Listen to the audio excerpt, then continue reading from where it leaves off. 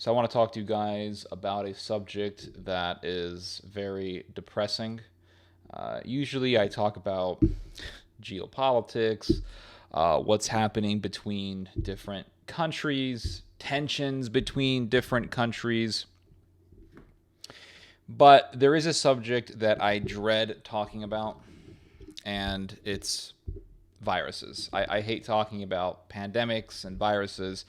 I don't mind talking about the political effects or the political ramifications of pandemics.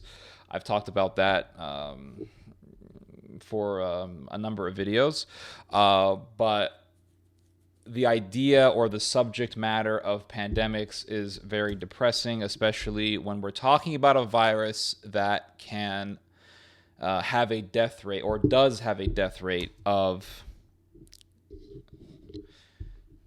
60 to 70%, which means that if you get this virus, it's more than likely going to kill you.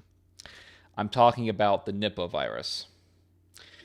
The Nipah virus has been around for a while. It popped up in Malaysia in 1998, and then it began to infect people in Singapore in 1999. So ever since the late 90s, Nipah has been a subject of great interest for epidemiologists and virologists, and they have been talking about Nipah for decades now, or for close to 2 decades. So the Nipah virus, it's not very contagious. That's one good thing that we can take from this. It's not very contagious yet. It's very slow, but it's extremely deadly. Like I said, it has a 60 to 70% death rate. Nipah has just recently popped up in the news because there was a 12-year-old boy in India who got the virus and he died. Now, the region of India in which this took place was Kerala, and the medical experts, the medical apparatus in Kerala has an established protocol to follow, and they have all of these procedures to follow when you have an outbreak of this virus. Basically, you quarantine people, you put in place checkpoints, you prevent people from going to certain areas or traveling from certain areas. These are the types of procedures that they have been doing in Kerala. And they have been able to control and contain this virus. This virus is something that has been limited to South and Southeast Asia. And since the late 90s, they have been able to contain this virus. They have been able to control it and prevent it from becoming widespread. But another thing the thing that really makes it easy to prevent this virus from becoming a pandemic is its rate of contagiousness. It is slow. The danger lies in this virus developing a new strand that is very contagious. That's where the danger lies. And this virus does have the ability to adapt and to form new strands. And I want to read to you guys a quote from this professor of medicine. His name is Stephen P. Luby. And this is what he said. He said, quote, "Characteristics of Nipah virus that increase its risk of becoming a global pandemic include humans are already susceptible. Many strains are capable of limited person-to-person transmission. As an RNA virus, it has an exceptionally high rate of mutation.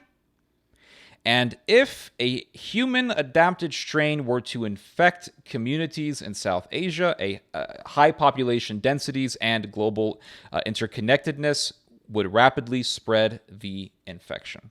So if you have a new strand that pops up and this strand has a high contagiousness rate, that's when this thing will become very dangerous.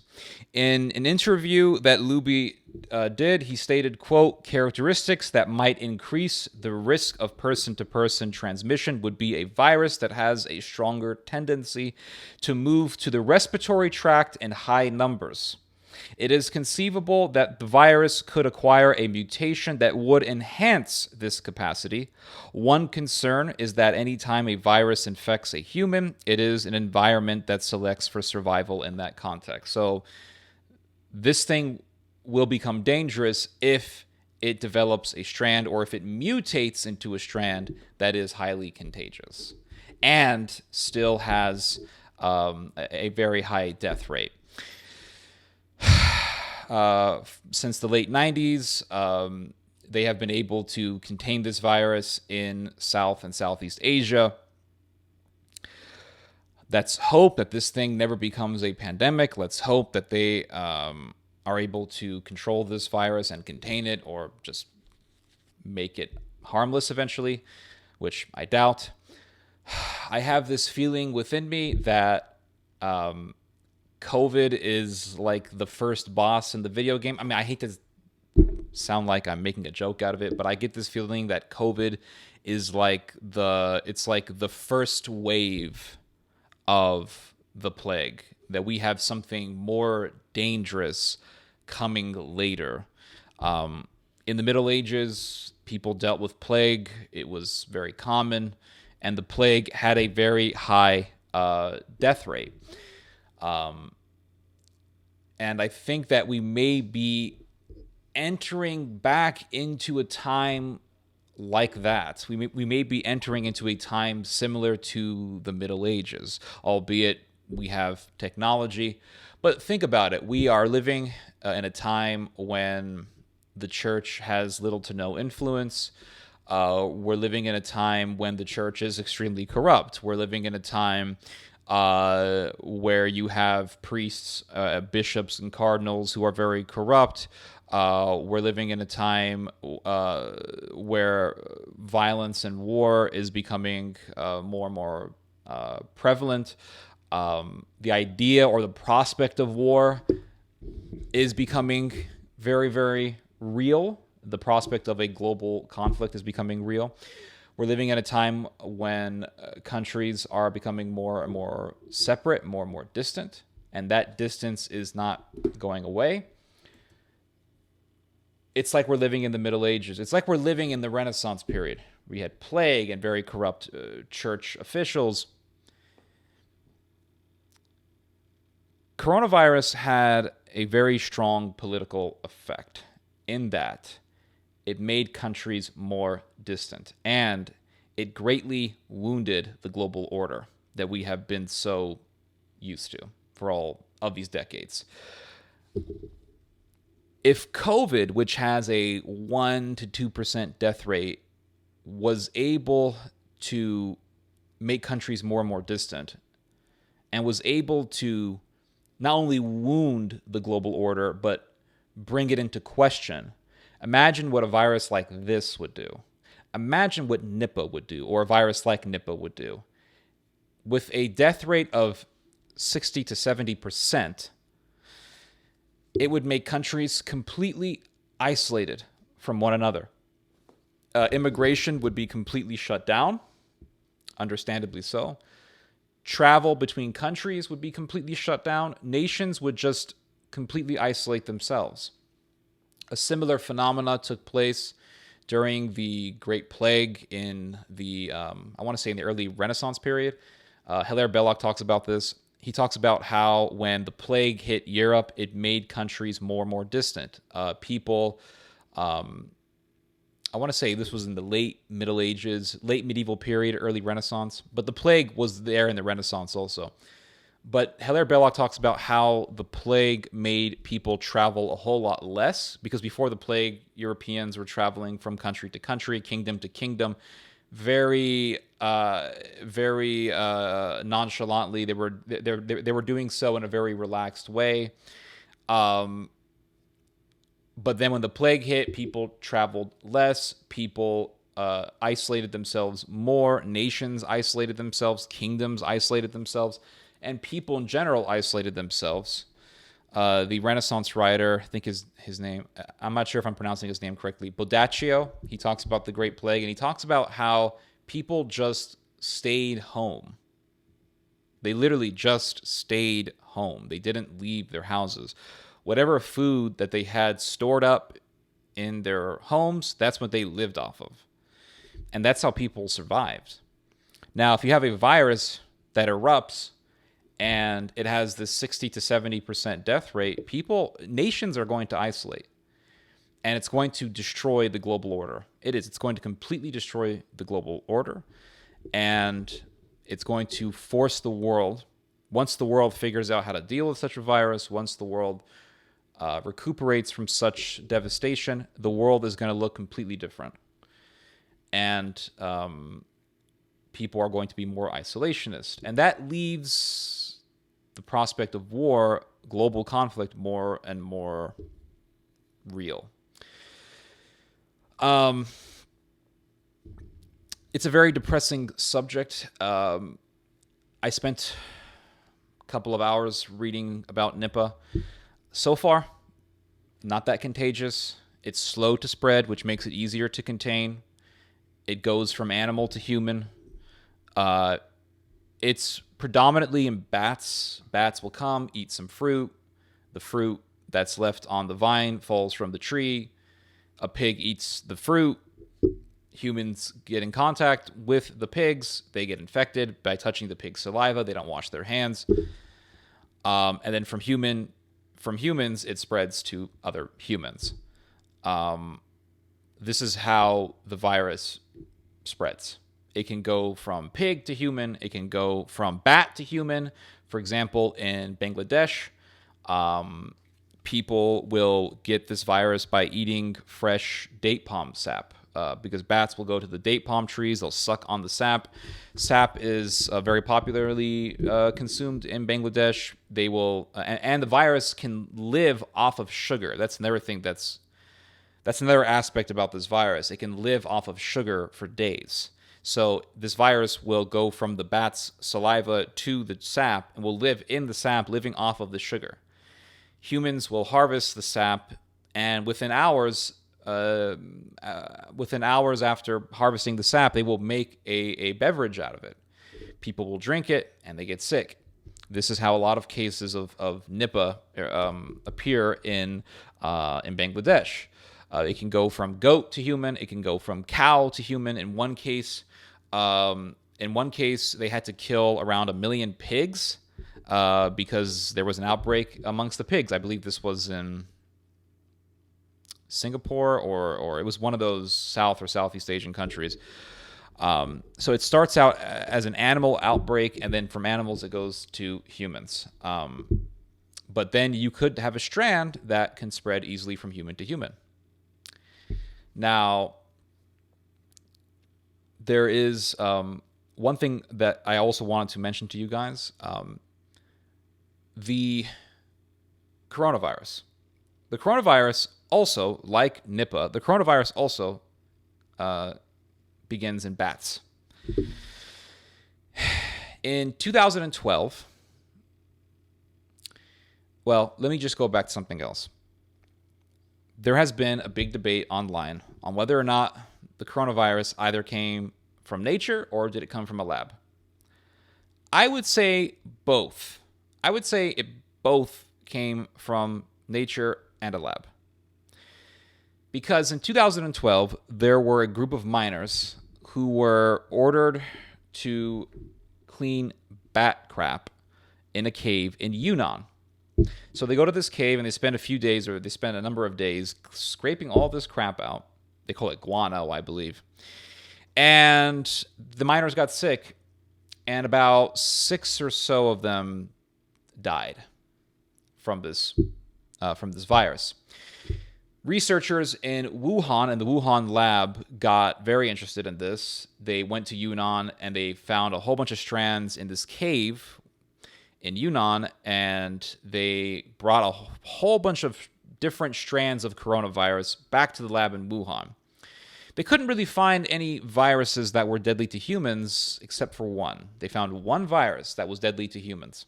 And this was the virus that killed those miners in 2012. And for a number of years, they began to deeply research this virus, this strand of coronavirus that was very dangerous, that was found in nature.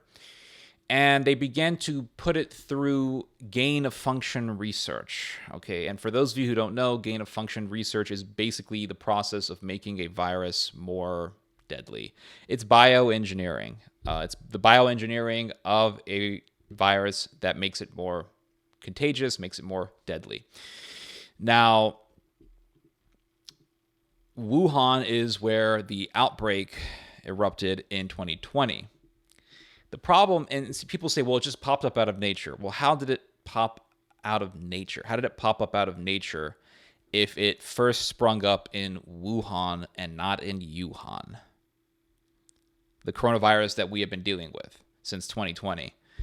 Wuhan is like 1,500 kilometers or 1,500 miles or so. Kilometers or miles, I don't remember. But Yunnan is a very long distance away from Wuhan. So how did the outbreak travel from Yunnan all the way to Wuhan? And the first outbreak in Wuhan began not too far away from where this lab is. So it's quite obvious that there was a leak from the lab to the public and people got sick. How that happened, that's the $1 million question. But the reality is that, and the obvious reality, I should say, is that this thing was found in nature, went through a gain-of-function process, became more deadly, and got leaked out of a lab in Wuhan. I don't think that's a conspiracy theory. There have been many experts who have agreed that this thing came from a lab. It leaked out of a lab. Now, what scares me is what happens if scientists take this Nipah virus from nature and then put it through a process of gain of function. That's the question I have.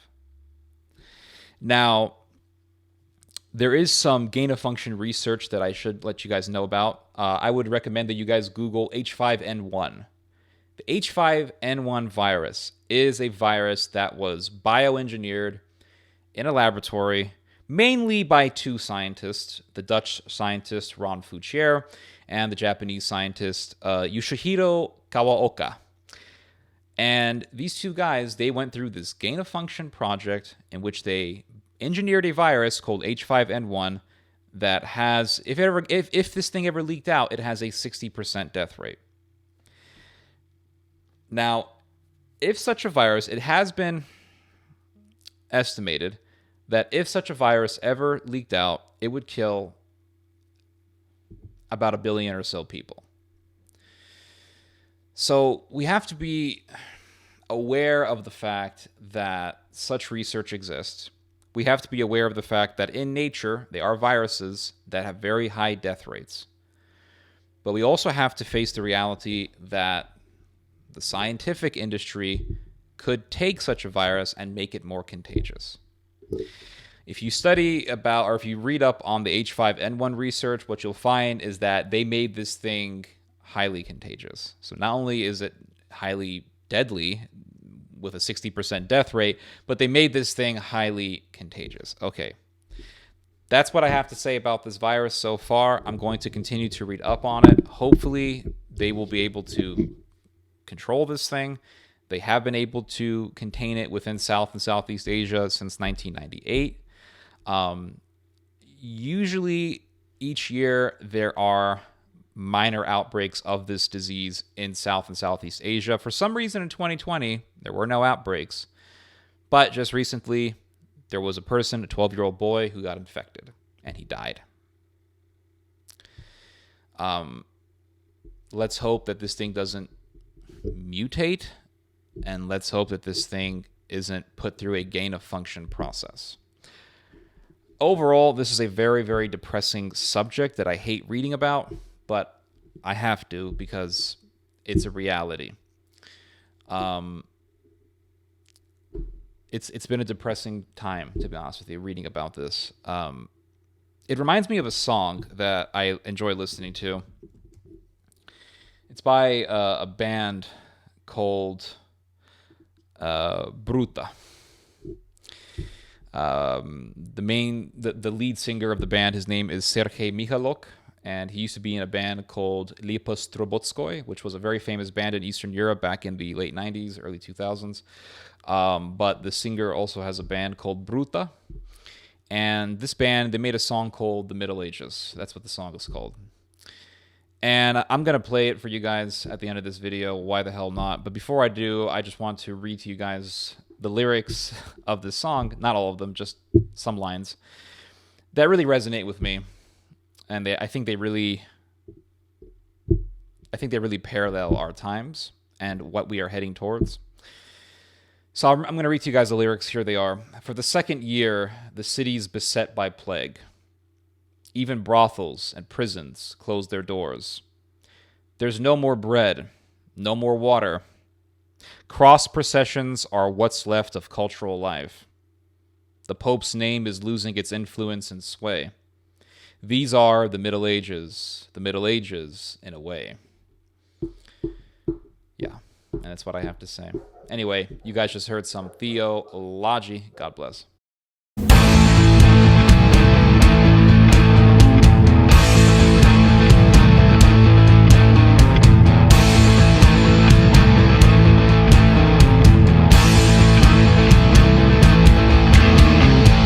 Другий рік місто косить чума, не працюють навіть борделі, тюрма. Скінчився хліб, скінчилась вода, з культурного життя лише хресна хода. Ходимо, кличемо святих отців, на зворотньому шляху підбирає мерців.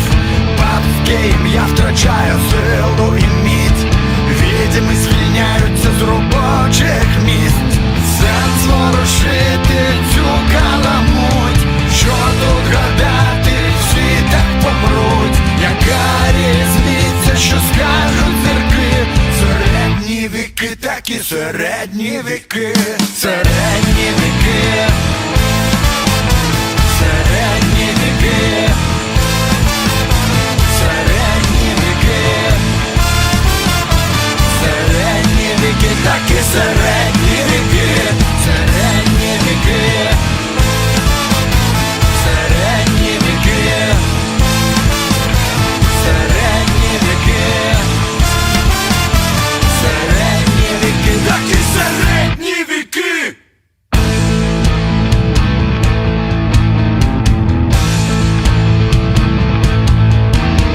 Єпископ приходить в єврейський квартал, говорить, хто з нас не кине за метал. Усіх нас знищить небесний терор, усіх нас винесуть в чорний коридор. Світла немає, відсутня мета, саме час починати свята. І тоді лунає барабанний бій, підіймає землі ремісників і повій. Затягує нас у свою круговерть. Тих, хто помер, не лякає смерть, не лякає жодна з її образ. Боятись тут варто, хіба що нас. Середні віки. Середні віки. Середні віки. Середні віки, такі середні віки. Середні віки. Середні віки. Середні віки. Середні віки, такі середні віки.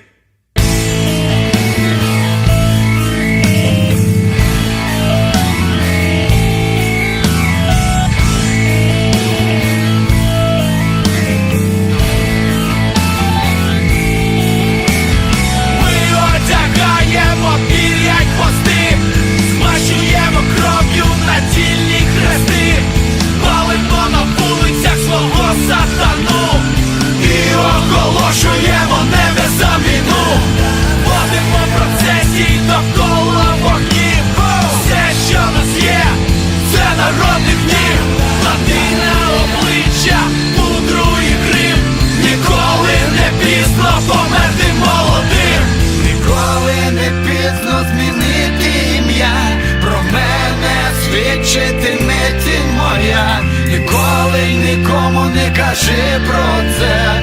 Смерть не пізнає нас у лице. Середні віки,